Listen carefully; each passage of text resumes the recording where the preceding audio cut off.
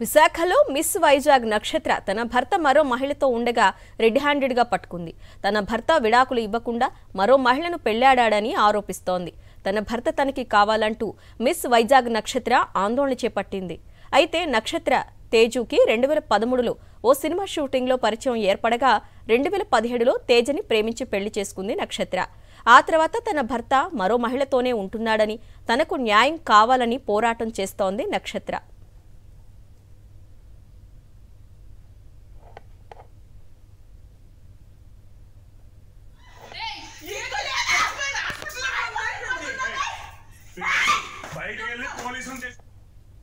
మీరు ఎందుకు వచ్చారు ఇక్కడికి?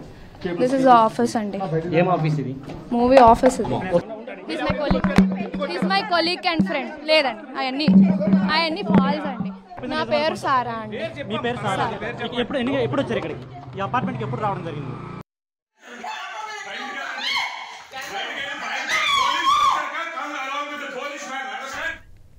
ఇదే విషయంపై డీటెయిల్స్ మా ప్రతినిధి నరేష్ అందిస్తారు.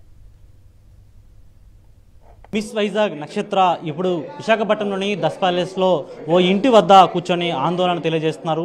తన భర్త తనను మోసం చేశాడని, అయితే నాకు విడాకులు ఇవ్వకుండానే మరొక స్త్రీతోటి పెళ్లి చేసుకొని కాపురం చేసిన సిచ్యువేషన్ ఉందని కూడా ఇక్కడ దస్ ప్యాలెస్లో ఆందోళన తెలియజేసే సిచ్యువేషన్ చూస్తున్నాం. ప్రస్తుతం అంతా పాటు నక్షత్ర ఉన్నారు. ఒకసారి నక్షత్రాన్ని అడిగి ప్రయత్నం చేద్దాం. చెప్పండి, ఎందుకు మీరు ఇక్కడ దస్ ప్యాలెస్లో వచ్చి ఇక్కడ ఆందోళన చేయడానికి కారణం ఏంటి? ఎందుకు మీ భర్తకి మీకు ఉన్న గొడవ ఏంటి? ఎందుకు ఇంటి దగ్గర కూర్చొని ఆందోళన తెలియజేస్తున్నారు? సార్, ఆయన ఫస్ట్ ఎక్కువ పబ్జీ గేమ్లు ఆడేవాడు సార్.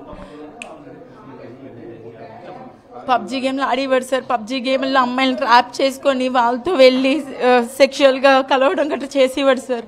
అవన్నీ నాకు మొన్న రీసెంట్గా కోవిడ్ టైంలో తెలుసుకున్నాను సార్. అబ్బాయి మొబైల్లో ఆ రికార్డింగ్స్ అన్నీ నాకు తెలిసాయి సార్. అప్పటి నుంచి కలిసి లేం సార్ ఇద్దరముని. తర్వాత ఇంకెప్పటికైనా మాట్లాడంటే రోజుకు ఒక ఎఫ్ఐఆర్ అబ్బాయిది బయటకు తెలుస్తుంది సార్. తర్వాత వాళ్ళ అక్క కూడా ఫోన్ చేసి నన్ను కూడా పడుకోవడానికి రమ్మని చెప్పేసి అన్నారు సార్. తనకు సొంత అక్క, తనకి అక్క పెద్దమ్మ కూతుర్ని రమ్మని చెప్పాడంట సార్. అవన్నీ పక్కన పెడితే ఇంకా రోజుకు ఒకటి నాకు తెలుస్తుంది. పోన్లే ఎప్పటికైనా మారుతాడు, నా పాప కోసం నేను వెయిట్ చేయాలి, తండ్రి లేని లోటు ఉంచకూడదని చెప్పి వెయిట్ చేసినందుకు ఇప్పుడు ఇంకొక దాన్ని పెళ్లి చేసుకుని అంతే ఈ అపార్ట్మెంట్లో ఉంటున్నాడు సార్. ఏం చేయాలో కూడా నాకు అర్థం కావట్లేదు సార్. మీరు పోలీసులకు ఫిర్యాదు చేశారా? ఏమని ఫిర్యాదు చేశారు? దేశాల్లో నేను 2 years బ్యాక్ కంప్లైంట్ చేస్తే వీడికి తెలిసిన పోలీసులతో వాళ్ళతో చెప్పించుకొని వీడికి ఫేవర్గానే మాట్లాడించుకున్నారు సార్. డబ్బు పెట్టాలి సార్. డబ్బు పెట్టినంతసేపు ఆ మనిషికి మనం మాంతం. డబ్బు పెట్టలేదంటే ఇవ్వండి ఇలాంటివి రోజుకొకరిని తెచ్చుకుంటే సార్. ఈ అమ్మాయికి కూడా అన్నీ తెలిసే వచ్చింది సార్. పెళ్ళయిందని తెలుసు, పాప ఉందని తెలుసు, అన్నీ నేను ఎన్నోసార్లు ఫోన్ చేసి చెప్తే నీకు అనవసరం, నేను ఆయన పెళ్లి చేసుకుని ఇప్పుడు నామగుడు, నువ్వు ఎక్స్ అని నన్ను అంటున్నారు సార్. అంటే మీకు మ్యారేజ్ ఎప్పుడైంది? అదేవిధంగా మీ మధ్య మనస్పర్ధల కారణం ఏంటి?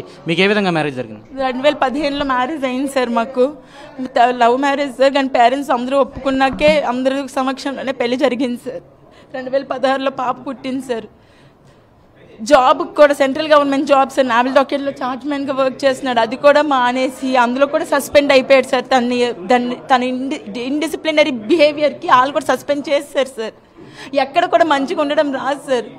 భార్యని నన్ను సార్, నా ఫోన్ ఏది, నన్ను రకరకాలుగా చిత్రహింసలు పెట్టేవాడు సార్. నన్ను ఇక్కడ కాల్ చేసి నాకు కాలు ఇరగొట్టేశాడు ఒకసారి, హైదరాబాద్ వెళ్ళొద్దు అన్నందుకు. ఇప్పుడు నావల్ డాక్యార్డ్లో సస్పెండేషన్ అయిపోయిన తర్వాత ఏం వర్క్ చేస్తున్నాడు? ఏం వర్క్ చేయట్లేదు సార్. ఏం వర్క్ చేయకుండా 40,000 రెంట్ కట్టుకుని ఈ ఫ్లాట్లో ఎలా ఉంటున్నాడు సార్?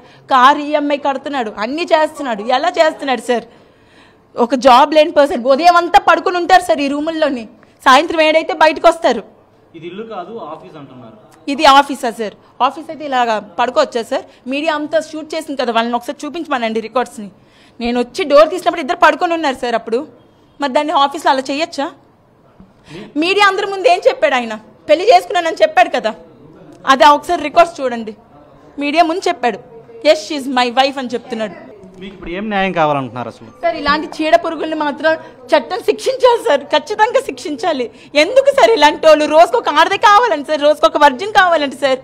ఇలాంటి వాళ్ళకి పిల్లలు ఎందుకు సార్? అప్పుడు వీడికి భావి వరుసలు ఉండవు సార్. తల్లి లేదు, చెల్లి లేదు, ఎవరు లేదు. అక్కడ ఆడదా కాదా, ఆడ కామానికి వాళ్ళు బలైపోవాలి అంతే సార్. ఆడు అదే కోరుకుంటాడు ఆ దరిద్రుడు.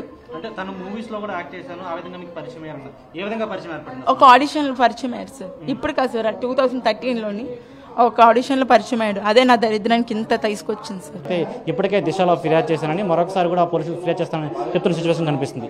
వీడియో జర్నలిస్ట్ రమేష్ రెడ్డితో నరేష్, సాక్షి టీవీ, విశాఖపట్నం నుంచి.